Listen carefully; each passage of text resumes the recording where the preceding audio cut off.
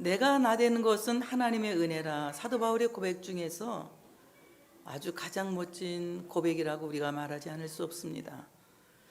또한 우리 모두가 하나님 앞에서 나의 나되는 것은 하나님의 은혜라고 고백할 수 있어야 하며, 우리가 지금까지 살아가고 있음도 또 앞으로 살아가는 것도 모두가 하나님의 은혜고, 우리가 한 일도 하나님의 은혜고 해야 될 일도 하나님의 은혜고, 하나님의 없이는 잠시도 살 수 없음을 우리 모두가 고백하고 자인하는 귀한 시간이 되어져야 할 줄로 믿습니다.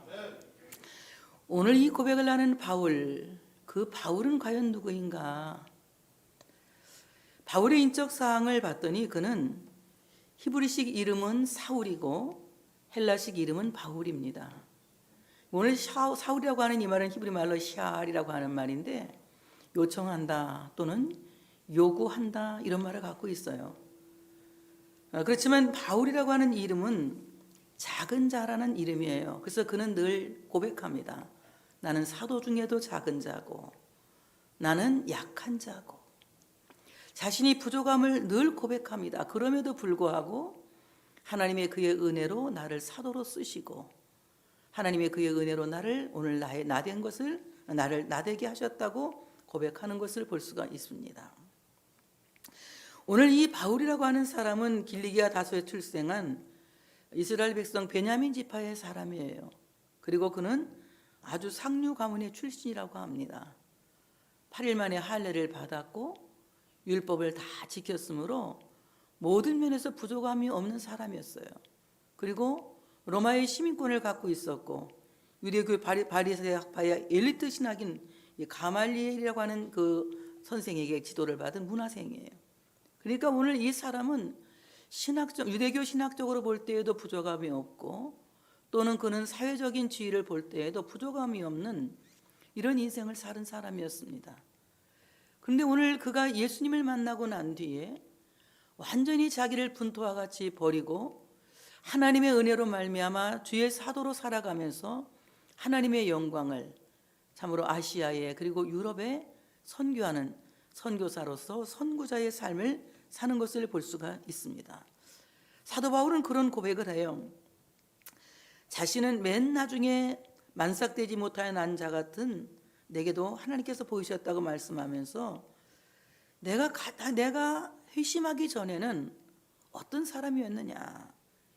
디모데전서 1장 13절에 보니까 내가 전에는 비방자요 박해자요 폭행자였으나 도리어 긍휼을 입은 것은 내가 믿지 아니할 때에 알지 못하고 행하였습니다. 내가 믿지 않을 때에 모르고 한 일들이 있는데, 그 모르고 한 일들은 무엇이냐? 내가 전에는 그리스도교를 핍박하는 비방자였으며, 또한 박해자였으며 폭행자라고 자기 자신의 잘못 살아옴을 그대로 고백하는 것을 볼 수가 있습니다. 오늘 우리가 하나님 앞에서 자기를 실토하는 자기 성토는 하나님을 만나고 하나님의 은혜 속에 사는 과정에서 가장 중요한 하나의 과정이라고 생각합니다. 자기를 실토하지 않는, 자기를 진심으로 성토하지 않는 고백이 없다면 우리는 하나님과의 만남이 이루어질 수 없고 하나님과의 시작이 이루어질 수 없다고 하는 것입니다. 하나님과의 시작은 자기를 버리기 위한 자기 실토, 자기를 온전히 부인하기 위한 자기 성토가 이루어졌을 때에 하나님과의 동행이 시작되는 것이며, 하나님의 역사 속에 개입하는 자기 인생을, 새로운 인생을 살아갈 수 있다고 하는 것입니다. 오늘 자기가 나는 비방자라고 말하는 이 비방자라고 하는 말은 헬라말로 디아볼로스라고 하는 말이에요. 이 말은 무슨 말이에요? 나는 과거의 마귀였다. 디아볼로스, 이 말은 마귀란 말이에요. 나는 율법적으로는 완전한 자였을지 모르지만, 내가 유대교 신학으로는 엘리트였을지는 모르지만 복음 앞에서 나는 마귀였다. 예수님의 십자가의 앞에서, 그리스도의 부활 앞에서 나는 마귀와 같은 자로서 비방자의 역할을 했다. 그래서 나는 참소하는 자였으며 분쟁을 일으키는 자였고, 그리고 많은 그리스도인들을 시험하는 자였다. 그가 다메섹으로 갈 때에도 유대교의 공문을 받습니다. 그리스도인들을 잡아오라는 공문을 받아가지고 살기가 등등하여 다메섹으로 가고 있습니다. 수많은 예수 믿는 사람들을 잡아다가 이제 죽이는 일에 앞장선 사람이 오늘 이 바울 되기 전에 사울이라고 하는 사람이었어요. 그래서 오늘 그가 말하기를 나는 비방자였다. 나는 기독교의 마귀짓을 하는 사람이었으며 수많은 사람들을 참으로 유대교에 참소하는 자가 고발하는 자였으며 그리고 그들을 시험하는 자로서 마귀의 역할을 하는 자였다. 예수님을 만나기 전에 사울의 역할은 마귀 역할을 하는 자였다는 거죠. 그러나 그가 예수님을 만나고 난 뒤에는 그리스도의 종이 되었으며 참으로 주님의 사도가 되었다는 이 놀라운 사실에 우리가 주목하지 않을 수가 없습니다. 내가 믿지 않았을 때에 모르고 한 일은 마치 마귀처럼 살았지만 내가 예수를 믿고 난 뒤에 우리의 모든 삶은 변화되고 새로워진다고 하는 사실을 믿으시기를 축복합니다. 그리고 그가 믿지 않을 때에 나는 박해자였다. 박해자, 에디오콘이라고 하는 말인데 이 말은 무슨 말이냐? 적을 쫓는 사냥꾼이라는 거예요. 마치 사냥꾼이 자기가 목표한 그 사냥물을 쫓아가듯이 나는 기독교인들을 잡아 죽이기 위해서 쫓아가는 사냥꾼과 같았다. 종교 사냥꾼과 같았다. 그래서 수많은 기독교인들을 잡아서 옥에 가두고 매맞게 하고 사형당하게 하는 일에 앞장선 범인이라고 말하면서 그는 나는 죄인 중에 괴수다. 죄인의 우두머리라고 자기 자신을 신랄하게 고백하는 것을 볼 수가 있습니다. 그리고 나는 폭행자였다. 우리가 이 바뀌기 전에 성경은 포행자라고 말합니다. 조금 포행자란 말이 좀 더 쉬울 것 같아요. 포행자. 나는 거만한 사람이었고 기독교인들을 학대하는 사람들 중에 하나였다.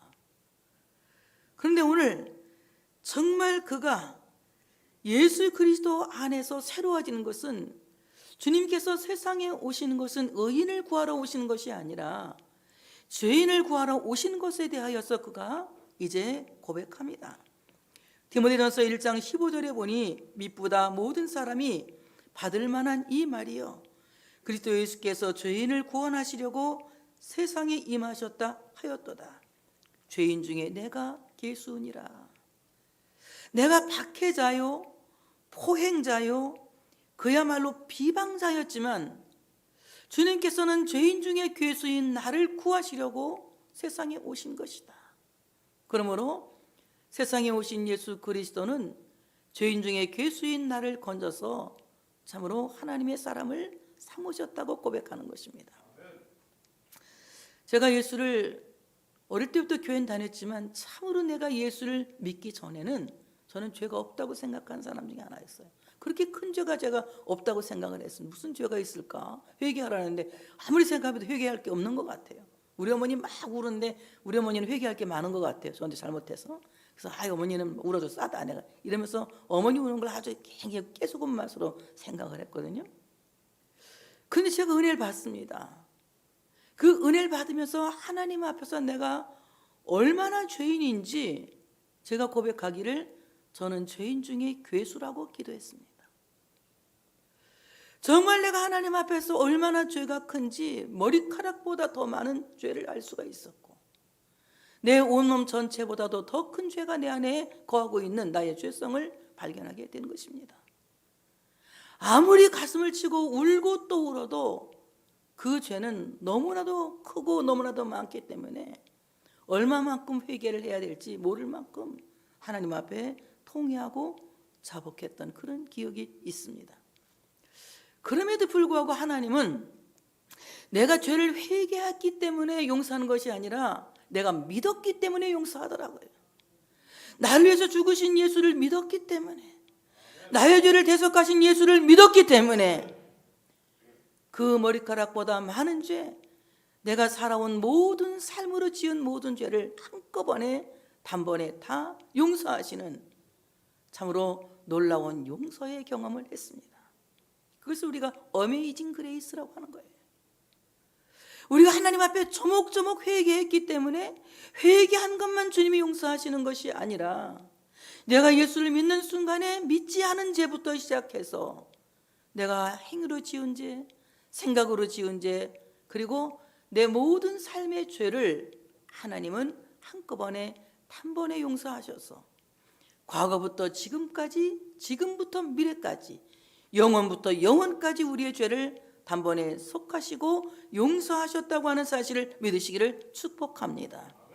만약에 하나님이 지금까지 살아온 우리의 죄만 용서하시고 앞으로 지을 죄를 용서하지 않으신다면 우리는 아무도 하나님의 나라에 들어갈 사람이 없습니다. 우리는 앞으로도 계속해서 죄를 지을 수 있는 가능성이 농후한 그야말로 연약한 죄인들이에요. 부족한 죄인들입니다. 무조건적인 사랑으로, 무조건적인 긍휼로 믿기만 하면 받아주시는, 믿기만 하면 용서해 주시는 하나님의 은혜가 있기 때문에 우리는 이 땅에서 떠나는 날 하나님의 집에 들어갈 수 있는 귀한 복을 받게 된다고 하는 것입니다. 그러므로 가장 무서운 죄는 하나님의 사랑을 믿지 못하는 죄예요. 예수님을 이 땅에 보내주신 그 사랑을 믿지 못하는 죄, 죄인 괴수를 구원하려고 이 땅에 아들을 보내신 하나님의 사랑을 믿지 못하는 죄, 죄인을 사하시기 위해서 십자가에서 단번에 죽으신 예수 그리스도의 대속의 사랑을 믿지 못하는 죄, 이 죄가 가장 큰 죄입니다. 이제 여러분, 예수 믿는 여러분 되시기를 축복합니다. 예수 믿는 모든 사람은 믿음으로 구원받게 된다고 하는 사실을 믿으시기를 축복합니다. 오늘 사도 바울은 내가 나된 것은, 오늘 이방인의 사도가 된 이 바울은 내가 이방인의 사도가 된 것은, 그리스도의 종이 된 것은 하나님의 은혜라고 고백합니다. 사울이 다메섹 회심 이후 하나님의 은혜를 발견하게 되고 바울 서신 전체를 읽어보면 예수 믿는 것이 얼마나 행복한 것인지를 우리에게 알려주고 있습니다.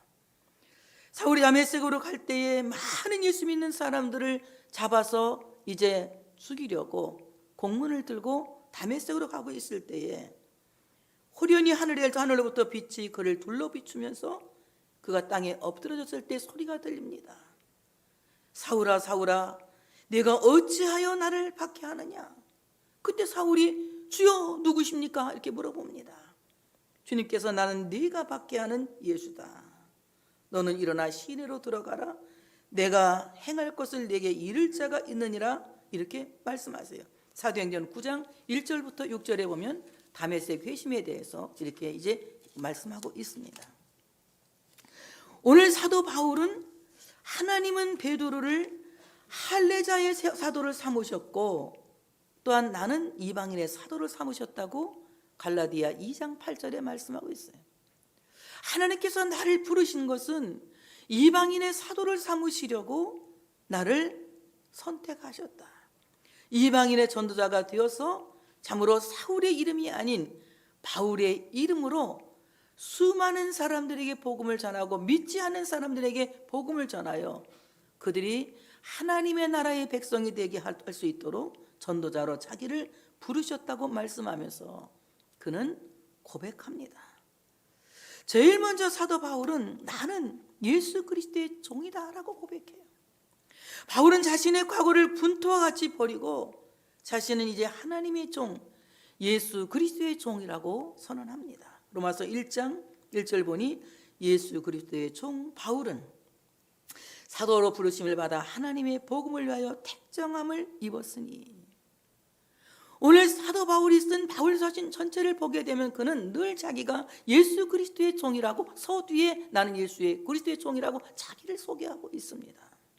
오늘 종이라고 하는 말은 헬라 말로 둘루스라고 하는 말인데, 이 둘루스라고 하는 말은 노예라고 하는 말입니다. 가장 낮은 신분으로서 배에 묶여서 노를 젓는 뱃사공을 가리켜서 노예라고 합니다. 그는 배에 묶여서 꼼짝달싹도 할 수 없이 참으로 그 배가 소원의 항구에 도착할 때까지 그 배를 계속해서 노를 젓는 노예인 것입니다. 오늘 사도 바울이 나는 둘루스다, 나는 하나님의 나라를 향하여 가는 배를 노젓는 항해자와 같은 것이다. 나는 하나님의 사랑의 줄에 묶였고 하나님의 은혜의 줄에 묶였고 그리고 하나님이 나를 이방인의 사도로 불러서 나는 하나님의 종으로 묶인 자다. 그 묶임을 그는 그 노예를 기쁨으로 하나님의 일을 감당하는 노예라고 고백하는 거예요. 내가 묶여서 억지로 끌려가는 것이 아니라 그 일을 기쁨으로 한다는 거예요. 그래서 나는 살아도 주를 위해서 살겠다. 죽어도 주를 위해서 죽겠다. 그래 나는 사나 죽으나 주님의 것이다.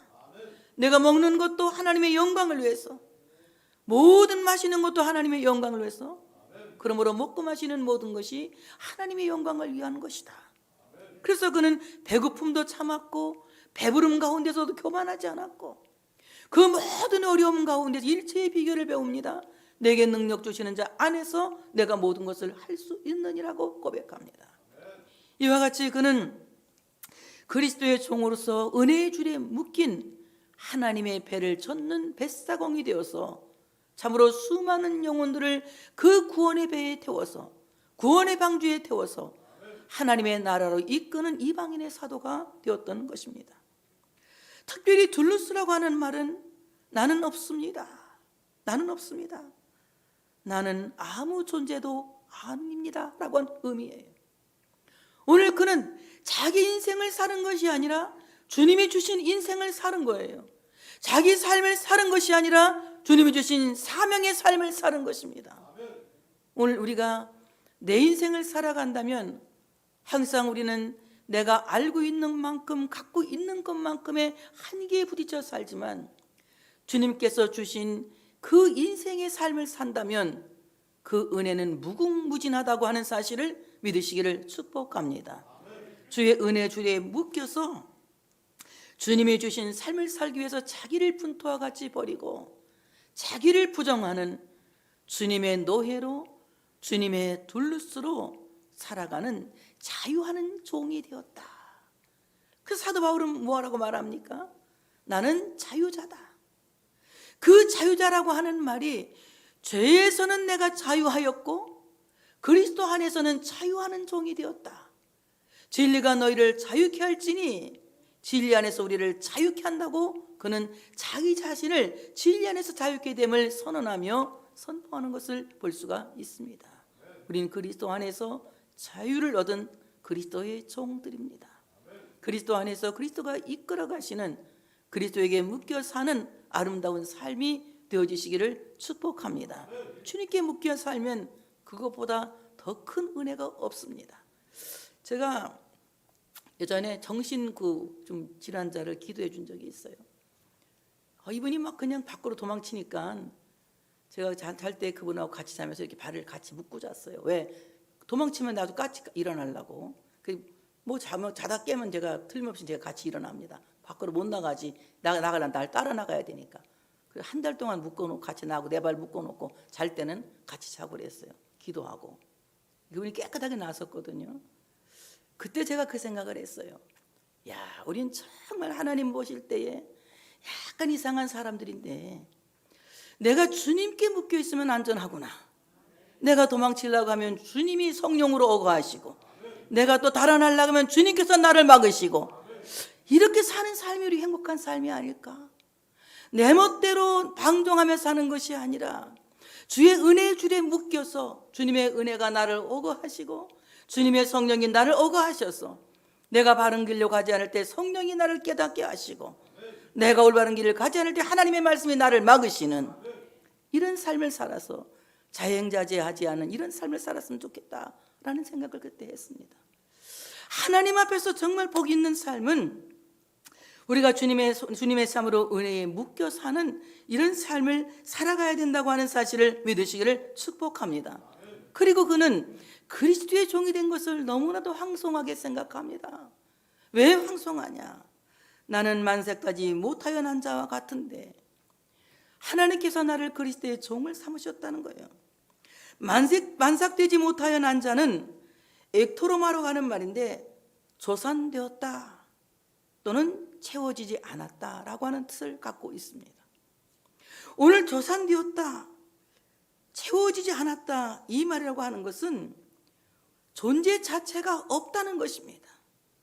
존재 자체가 없는 나를 하나님이 그리스도의 종이 되게 하셨으니 얼마나 감사하냐. 여러분, 그리스도가 없는 사람은 존재 자체가 없는 것입니다. 그리스도가 있는 사람만이 그 존재가 하나님 앞에서 있다고 하는 사실을 믿으시기를 축복합니다. 아담 이후 인간은 모두가 죄를 범하였고 하나님의 영광에 이를 존재는 아무도 없는 거예요. 하나님의 영광에 이를 수 있는 사람은 오직 믿음으로, 예수 그리스도를 믿는 믿음으로 말미암아 하나님의 영광에 이를 수 있기 때문에 우리가 믿음이 없이는 존재가 있을 수가 없다고 하는 것입니다. 마치 조산된 자와 같이 존재 자체도 없을 뻔한 우리들을 참으로 하나님의 종으로 선택하셨다는 놀라운 사실에 감사하지 않을 수가 없다고 하는 것입니다. 오늘 참으로 사도 바울에 대해서 많은 대적자들은 욕합니다. 만삭되지 못한 자가 난 자와 같다. 오늘 그래서 그는 뭐라고 욕을 먹느냐 하면 고린도후서 10장 10절에 보니까 그들의 말이, 그의 편지들은 무게가 있고 힘이 있으나 그가 몸으로 대할 때는 약하고 그 말도 시원하지 않다, 이렇게 욕합니다. 많은 바울의 대적자들은 그의 편지는 무게가 있는데 그 사람 몸을 대해보면 말도 어눌하고 몸도 약하고 뭐 별것 아니다 하고 아주 깔보고 업신여기고 욕한다는 거예요. 근데 여러분, 그 욕을 하거나 말거나 사도 바울은 개의치 아니하고 오늘 이 배를 열심히 저어간 이방인의 사도가 되어서 그리스도의 종으로 살아갔다고 하는 것입니다. 세상이 어떤 욕을 하고 세상이 어떤 비난을 하고 세상이 어떻게 박해한다 할지라도 우리는 그리스도께 묶인 그리스도의 종으로서 내게 주어진 이 배를 잘 노져갈 수 있는 사공들이 되어지시기를 축복합니다. 그 다음에 그는 나는 그리스도 예수의 사도라고 말합니다. 하나님의 뜻을 따라 그리스도 예수의 사도로 부르심을 받은 바울과 함께 형제 소스네 때는 고린도서 1장 1절에 말씀합니다. 하나님의 뜻을 따라 그리스도의 예수의 사도로 내가 소명되었다는 거예요. 하나님의 뜻이 있어서 하나님이 나를 그리스도의 사도로 부르셨다는 겁니다.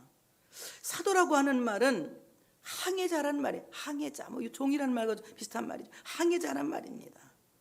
오늘 그는 하나님께서 그를 택하셔서 하나님이 보내시는 그곳에 가서 이제 사명을 감당하게 되는 것입니다. 오늘 이 사도라고 하는 말은 왕이나 지배자의 보냄을 받아서 어떤 이 군사적인 목적을 갖고 행하는 자입니다. 오늘 그들은 외교적인 목적을 가지고 가서 참으로 많은 사람들에게 어떤 외교적인 사역을 감당하는 사람을 사도라고 해요. 오늘 사도 바울이 이방인의 사도가 되는 것은 많은 이방인들에게 하나님이 전하고자 하는 말씀을 전하기 위해서 보냄받은 사도라고 하는 것입니다. 오늘 우리는 많은 믿는 사람들에게는 본이 되어서 그리스도의 사도로 살아가야 된다면 믿지 않는 사람들에게는 하나님의 나라를 전하고 하나님의 나라를 선포해서 그들이 하나님의 배에 올라탈 수 있도록 전하는 하나님의 전령들이 되어져야 된다고 하는 사실을 믿으시기를 축복합니다. 하나님의 나라를 선포하고 하나님의 나라를 전하는 전령의 사명을 감당하지 않는다면 우리에게 사도의 이름은 부끄러운 이름이에요. 하나님께서 주신 이 사도의 이름을 믿지 않는 자들에게 전해서 하나님의 나라를 선포하고 예수 그리스도를 전하는 이 전령의 사명을 우리 모두가 감당할 수 있어야 된다고 하는 사실을 믿으시기를 축복합니다. 그러면서 그는 말합니다. 나는 사도라 칭함을 감당하지 못할 자다. 내가 사도가 된 것은 은혜다. 나는 사도가 되길 감당하지 못할 자다. 영적으로나 혹은 도덕적으로 볼 때에 나는 굉장히 결여된 자다. 그럼에도 불구하고 하나님이 이 무가치한 인간을 사도로 부르셔서 나를 이방인의 사도를 삼으시고 이방인에게 보내신 것은 하나님의 은혜다. 그러면서 내가 나 되는 것은 하나님의 은혜라, 이렇게 고백을 합니다. 그러나 내가 나되는 것은 하나님의 은혜로 된 것이 내게 주신 그의 은혜가 헛되지 아니하여 내가 모든 사도보다 더 많이 수고하였으나 내가 하는 것이 아니요 오직 나와 함께 하신 하나님의 은혜로다. 이렇게 고백합니다. 오늘 내가 나되는 것은 하나님의 은혜다. 오늘 이 은혜라고 하는 말은요, 카리스라고 하는 말인데, 이 말은 윗사람이 아랫사람에게 호의를 베풀기 위하여서 구비르는 것을 말합니다. 하나님께서 우리에게 너무나도 큰 은혜를 베푸셨죠. 어떻게 은혜 베푸셨습니까? 윗사람이 아랫사람에게 허리를 구부리는 것처럼 하나님은 십자가에서 우리에게 허리를 굽으려 우리를 모두 끌어안으시고 우리를 받아주시고 용서하시기 위해서 십자가에서 죽으셨습니다. 성자 하나님 예수 그리스도의 죽으심은 바로 카리스 은혜라는 거예요. 도저히 상종할 수 없는 죄인들, 도저히 받을 수 없는 죄인들, 정말 하늘과 땅만큼 도저히 비교할 수 없는 그 아랫사람들을 구원하시기 위하여서, 그들에게 은혜 베푸시기 위하여서 십자가에서 허리를 굽으시고 우리에게 호의를 베푸셨다고 하는 사실을 믿으시기를 축복합니다. 그러므로 우리 모두는 그의 은혜로 말미암아 구원을 받습니다. 에베소 2장 8절 9절에 보니까 너희가 그 은혜로 인하여 믿음으로 말미암아 구원을 얻었나니 이것이 너희에게 난 것이 아니요 하나님의 선물이라. 행위에서 나는 것이 아니니 이는 누구든지 자랑치 못하게 하려 함이니라. 우리가 구원받은 것은 내 행위로 된 것이 아니라 거저 주시는 은혜로 말미암은 것이다. 만약에 우리 행위로 된 것이면 우리 모두가 하나님 앞에서 내 의를 자랑할 것인데, 우리 모두는 하나님 앞에서 의를 자랑할 수 없습니다. 오직 우리가 자랑할 것은 하나님의 은혜, 예수 그리스도의 십자가만을 자랑할 수 있어야 된다고 하는 사실을 믿으시기를 축복합니다. 그러므로 은혜는 아무 대가 없이 거저 주시는 선물인 거예요. 우리가 무엇을 주고 바꾸는 것이 아니라 아무것도 준 것이 없음에도 불구하고 오직 믿기만 하면 하나님께서 우리에게 거저 주신 은혜예요. 거저 주시는 사랑입니다. 그래서 우리는 믿기만 하면 어떻게 구원을 받느냐? 다 같이 불가항력적인 구원. 내가 믿기만 하면 내가 구원받기 싫어도 어떻게 해요? 구원받는 거예요. 이것을 불가항력적인 구원이라고 합니다. 내가 그냥 하나님 나 주여 믿습니다 믿었는데 난 구원은 받기 싫어요. 믿기는 하는데 그런다고 내가 구원 안 받는 거예요. 믿으면 구원받는 거예요. 예수 그리스도를 믿으면 무조건적인 하나님의 사랑으로 우리 모두가 구원을 받는다는 것입니다. 그러므로 자격 없는 자가 하나님의 가분한 호의로 말미암아 구원을 받는 이것을 은혜로 주신 선물이라고 말할 수가 있습니다. 그러면 사도 바울은 뭐라고 말합니까? 내게 주신 그의 은혜가 헛되지 아니하게 하겠다. 주님이 내게 주신 그 은혜를 헛되지 않게 하겠다. 고린도후서 6장 1절에 보니 우리가 하나님과 함께 일하는 자로서 너희를 권하노니 하나님의 은혜를 헛되이 받지 말라고 사도 바울은 경고하고 있습니다.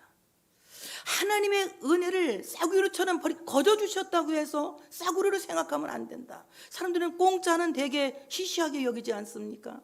여러분, 하나님이 왜 은혜를 우리에게 거저 주셨을까요? 늘 얘기하죠, 여러분에게. 그 값이 너무 비싸기 때문에. 그 값이 너무 비싸기 때문에 도저히 그 어떤 것을 주고도 살 수 없기 때문에, 우리는 살 수 있는 능력이 없기 때문에 하나님이 우리에게 거저 주신 거예요. 그러니 그 은혜는 내가 어떤 것과도 바꿀 수 없는 엄청난 가치이기 때문에 이것을 싸구려처럼 쓰레기처럼 버려서는 안 된다는 거예요. 이것을 가볍게 여겨서도 안 되고 이것을 아주 우습게 여겨서도 안 되는 것입니다. 하나님의 은혜를 헛되게 하지 말라. 헛되다, 이 말은 헤빌이라고 하는 말인데 후 또는 숨, 증기, 안개 이런 뜻을 가지고 있습니다. 하나님의 은혜를 한 번 들이마셨다가 내뱉는 호흡과 같게 하지 말아라. 하나님의 은혜를 한 번 들이마셨다가 내뱉는 숨과 같이 되게 하지 말아라. 하나님의 은혜를 입김처럼 날아가게 하는 증기가 되게 하지 말아라. 하나님의 은혜를 안개가 거치면 없어지는 것처럼 하게 하지 말고 하나님의 은혜를 헛되게 하지 말라. 이것은 가격으로 따질 수 없는 놀라운 가치인 것이다. 너무 큰 가치라는 거예요. 저도 어머니가 주신 함지박 하나가 있습니다. 함지박. 어머니가 손으로 깎아 만든 나무 그릇이에요. 그걸 왜 갖고 있냐고 막 버리라고 그랬는데 왜 버려요? 그걸 저 잘 갖다 뒀어요. 볼 때마다 우리 어머니가 만든 그릇이니까 이렇게 제가 쳐다봅니다. 아주 근사해요. 예, 멋있어요. 월간 속에다 싹 감춰놨어요. 그건 뭡니까? 그거 팔면 얼마 되지도 않아. 누가 사지도 않아요. 근데 나한테는 그것이 가치인 거예요.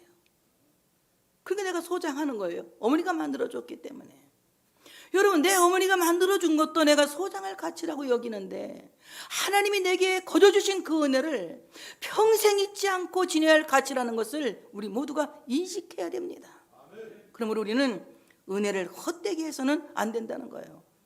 사도 바울은 은혜를 헛되지 않게 하기 위해서 열심히 수고하고 노력했지만 그 모든 것도 또한 수고하게 된 것도 하나님의 은혜다. 내가 열심히 일하는 것도 하나님의 은혜라고 고백합니다. 왜 오직 은혜인가? 무엇 때문에 오직 은혜인가? 오직 은혜는 로마서 6장 14절에 보니까 죄가 너희를 주장하지 못하리니 이는 너희가 법 아래 있지 않고 은혜 아래 있음이라고 말합니다. 왜 은혜인가? 죄에게 주장당하지 않게 하기 위하여서 우리를 은혜 아래 두시기 위하여서 오직 은혜라는 겁니다. 여러분, 은혜가 없는 사람은 죄가 주장합니다. 그래서 늘 평가적이고 비판적이고 판단적이에요. 그러나 은혜가 있는 사람 어떻습니까? 늘 긍휼히 여기고 불쌍히 여기고 사랑하는 마음을 갖습니다. 그러므로 죄가 우리를 주장하지 못한다. 오늘 주장한다고 하는 말은 마치 심판자처럼 우리를 다스린다는 겁니다. 여러분, 죄가 우리를 다스리면 우리는 죄책감에 눌려 살 수가 없어요. 죄가 우리를 다스린다면 우리는 죄에 눌려서 살 수가 없습니다. 여러분의 마음을 은혜가 주장하는 삶을 사시기를 바랍니다. 우리가 은혜 안에 살 때에 은혜가 우리를 주장하면 그 은혜가 우리를 기쁘게 하는 것이며 감사하게 하는 것이며 복되게 하는 것이라고 하는 사실을 믿으시기를 축복합니다. 아담 타락 후 죄가 다스리는 인간은 태어날 때부터 절대 악한 죄인이에요. 완전히 무력한 존재로 취급되기 때문에 인간 스스로는 하나님이 기뻐하시는 일을 도저히 할 수가 없습니다. 그래서 우리가 죄 아래 있으면 절대로 우리는 하나님이 기뻐하시는 일을 할 수가 없습니다. 그러므로 오직 은혜는 하나님의 한량없는 은혜로 그 우리에게 일방적으로 은혜를 주셔서 그 은혜로 우리를 자유케 하시고 기쁘게 하시고 자신감이 넘치게 하시고 담대하게 하신다고 하는 사실을 믿으시기를 축복합니다. 그러므로 모든 사람이 죄를 범하였음에 하나님의 영광에 이르지 못하더니 그리스도 예수 안에 있는 속량으로 말미암아 하나님의 은혜로 값없이 의롭다 하심을 얻은 자 되었느니라. 로마서 3장 23절부터 24절에 말씀합니다. 하나님의 은혜로 의롭다 하심을 얻게 되었다. 여러분, 우리가 그냥 성령 충만해서 믿음이 좋아서 되는 것이 아니라 내가 믿음으로 주님이 나에게 은혜를 주셨어. 그 은혜로 말미암아 의롭다 하심을 얻게 되었다. 이 의롭다 하심은 법률적인 용어입니다. 너 의롭다.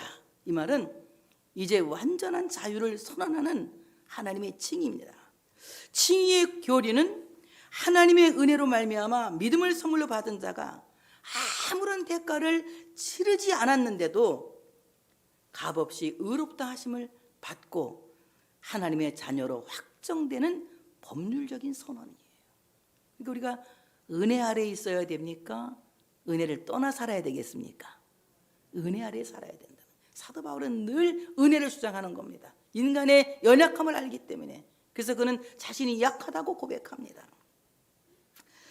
로마에서 하나님의 사랑을 받고 성도로 부르심을 받은 모든 자에게 하나님 우리 아버지와 주 예수 그리스도로부터 은혜와 평강이 있길 원한다고 하면서 그는 항상 은혜를 주장합니다.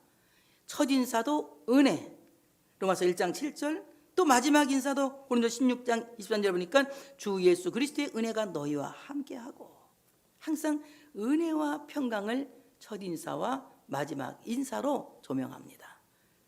그래서 우리는 은혜로 시작하고 또 아멘을 준비하시고 은혜로 마쳐야 돼. 항상 처음엔 은혜로 시작했는데 은혜 떠난 사람이 돼서는 안 돼. 은혜로 시작하고 은혜 안에 살다가 은혜로 마쳐야 돼요.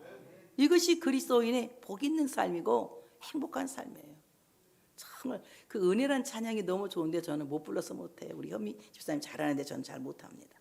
정말 처음부터 은혜, 늘 은혜로 시작하고 은혜로 일하고 은혜로 마치는 이런 삶을 살아야 돼. 내가 모든 사도보다 더 많이 수고하였으나 내가 한 것이 아니요 오직 나와 함께 하신 하나님의 은혜다. 내가 몸이 탈이 날 정도로, 몸살이 날 정도로, 기진맥진할 정도로 열심히 일했는데, 온갖 힘을 다해서 일을 했는데 그 일한 것도 역시 내가 한 것이 아니라 하나님의 은혜로 한 것이라고 말하고 있습니다. 그리고 사도 바울이 은혜에 대해서 수많은 말을 했지만 저는 이 말씀으로 은혜에 대해서 말씀을 마치려고 합니다. 고린도서 6장 2절에 보니까 이르시다 내가 은혜 베풀 때 너에게 듣고 구원의 내려 너를 도왔다 하셨으니 보라 지금은 은혜를 받을 만한 때요 보라 지금은 구원의 날이로다. 지금이 아멘 크게 할 준비하시고 은혜 받을 날이고 지금이 구원받을 날이다. 지금 은혜 받을 때야 때. 그런데 지금 하나님께서 은혜 베푸시는 때 기회가 되는 시간, 카리스라고 하는 말, 지금 기회가, 네가 은혜 받을 기회야. 지금 은혜 받을 기회, 기회로다. 이 시간은 은혜 받을 기회로다. 막 기회로 불러, 그때 열심히 불렀는데 정말 은혜 받을 기회, 지금 이 시간에 은혜 받을 기회야. 여러분 지금 은혜가 되십니까? 은혜가 되십니까? 은혜 받는 사람들이 하나님 앞에 부를 때에 내가 은혜 베풀 때에 너에게 듣고, 하나님 은혜 베푸실 때 우리가 하나님께 부르짖으면 듣는다는 거예요. 세번역 성경 이사야 38장 5절에 보니까 너는 되돌아가서 히스기야에게 일러라. 너희 조상 다윗의 하나님이신 주님께서 이렇게 말씀하신다. 네가 기도하는 소리를 내가 들었고 네가 흘리는 눈물도 내가 보았다. 하나님께서 히스기야에게 말씀하시기를 내가 기도하는 소리를 들었다. 하나님 우리의 기도를 듣고 계시는 거예요. 여러분 마음의 소리를 듣고 계시는 거예요. 마음의 묵상을 듣고 계시는 거예요. 우리의 신음조차 듣고 계시는 거예요. 여러분 읊조리며 기도하세요. 늘 기도하세요. 하나님의 간절한 마음으로 여러분의 마음의 사정을 신원하세요. 성도들을 위해서 기도하세요. 우리가 수시로 하는 그 기도를 하나님은 듣고 계신다는 거예요. 하나님은 잠시도 우리의 기도를 멈추지 않고 듣는다는 겁니다. 그러므로 오늘 듣는다라고 하는 말, 아쿠라고 하는 말인데 경청한다 이 말이에요. 경청한다. 무슨 말을 하는지 잘 듣고 계신다는 거예요. 그래서 우리가 기도할 때는 항상 이 마음 감정 정리를 잘 하시고 기도하셔야 돼. 여러분 기도할 때, 하나님 앞에 기도할 때는 마음이 참 막 복잡할 때는요, 좀 가라앉히는 마음을 갖고 마음의 평정을 찾고 기도하셔야 돼요. 마음의 평정을 찾고, 화가 막 분노가 막 치밀어 올랐는데 기도를 하면 막 화나는 기도를 하게 되잖아요. 그래서 우리가 하나님 앞에 기도할 때는 항상 마음의 평정을 찾고 하나님의 은혜를 간절히 구하는 기도를 드려야 돼요. 하나님 내게 지금 은혜 베풀어 주시기를 원합니다. 나를 불쌍히 여겨 주시기를 원합니다. 나를 용서해 주시기를 원합니다. 간절히 주의 은혜를 사모하며 주의 은혜를 구하는 기도를 드릴 때에 주님께서 우리의 기도를 경청하신다. 그래서 하나님은 우리가 드리는 기도는 한마디도 땅에 떨어지지 않으신다. 우리가 하는 말은 하나님이 안 들은 척할 때도 있어요. 말은. 근데 기도는 땅에 떨어지지 않아요. 여러분 기도는 무엇입니까? 하나님께 올려드리는 탄원인 거예요. 말은 뭡니까? 내가 그냥 하고 싶은 말 하는 거예요. 하나님 앞에 드리는 기도는 하나님 앞에 정식으로 요청하는 거예요. 하나님 내가 이렇게 되기를 원합니다. 나를 이렇게 해주시길 원합니다. 이렇게 불쌍히 여겨주시길 원합니다. 그래서 하나님 앞에 탄원의 기도를 드릴 때에 하나님 우리의 기도를 들어주시는 거예요. 여러분 기도가 안 될 때에는 외마디 기도도 좋습니다. 주여, 주여, 주여 믿습니다. 외마디 기도도 아주 훌륭한 기도예요. 뭐 기도를 유창하게 잘 안 나올 때는 유창하게 하는 것보다 오히려 유창하게 잘못하는 것보다는 외마디 기도가 좋아요. 한번 해볼까요? 외마디 기도 시작. 믿습니다. 주여 믿습니다. 제가 어느 큰 교회 부흥회를 간 적이 있는데 몇천 명 모여요. 부흥회 갔더니 엄청 사람 많이 모인 교회인데 그 목사님 기도를 많이 하신다고 소문이 났어요. 새벽에 나갔더니 진짜 기도 일찍 나갔는데 제가 새벽에 나갔더니 벌써 담임 목사님 나와 기도하고 계시더라고요. 기도하신 데 보니까 뭐 다른 말 한마디 주여 한마디 가만히 있다가 또 주여. 아 저렇게 기도하는데도 교회가 부흥되는구나. 뭐 나같이 막 방언을 하고 요란하게 난리를 쳐도 그러는데 저 양반은 주여 주여 이렇게 했는데도 이 교회가 크게 부흥되는구나. 밥 먹고 물어봤어요. 목사님 그 기도하실 때 주여 주여 이렇게 하시던데 다른 기도는 안 하셔야 돼. 다 아시니까. 아무개 얼굴 생각하면 주여 한마디 하고 또 아무개 얼굴 생각하면 주여 이렇게 하면 제가 기도한다는 거야. 나는 그렇게 안 했는데 얘기하면서 기도해. 여러분 얘기하면서 기도해. 그러니까 주여 이렇게 기도한다는 거야. 정말 이게 멋있는 기도인 것 같아. 그렇다고 여러분 맨날 이것만 하지 말고 또 기도도 하세요. 하나님 앞에 우리 기도를 하나님은 듣고 계신다고 하는 사실을 믿으시기를 축복합니다. 구원의 날에 내가 너를 도왔다. 오늘 도왔다라고 하는 말은 주님께서 우리에게 소테리아로 오셔서 나를 구원해 주신다는 거예요. 지금 SOS를 열심히 보내고 있지 않습니까? 주여 믿습니다. 주여 나를 도와 주시옵소서. 주여 불쌍히 여겨 주시옵소서. 이렇게 하나님 앞에 SOS 기도를 열심히 드리고 있지 않습니까? 그때에 지난주에 소테리아 이야기는 했으니까 더 이상 해석은 안 할게요. 소테리아이신 주님께서 오셔서 물에 빠진 우리를 건져주시는 거예요. 건져주시는 거예요. 여러분 끊임없이 하나님의 은혜 앞에 구조를 요청할 수 있는 여러분 되시기를 축복합니다. 오늘 우리가 그리스도인 된 것은 하나님의 은혜입니다.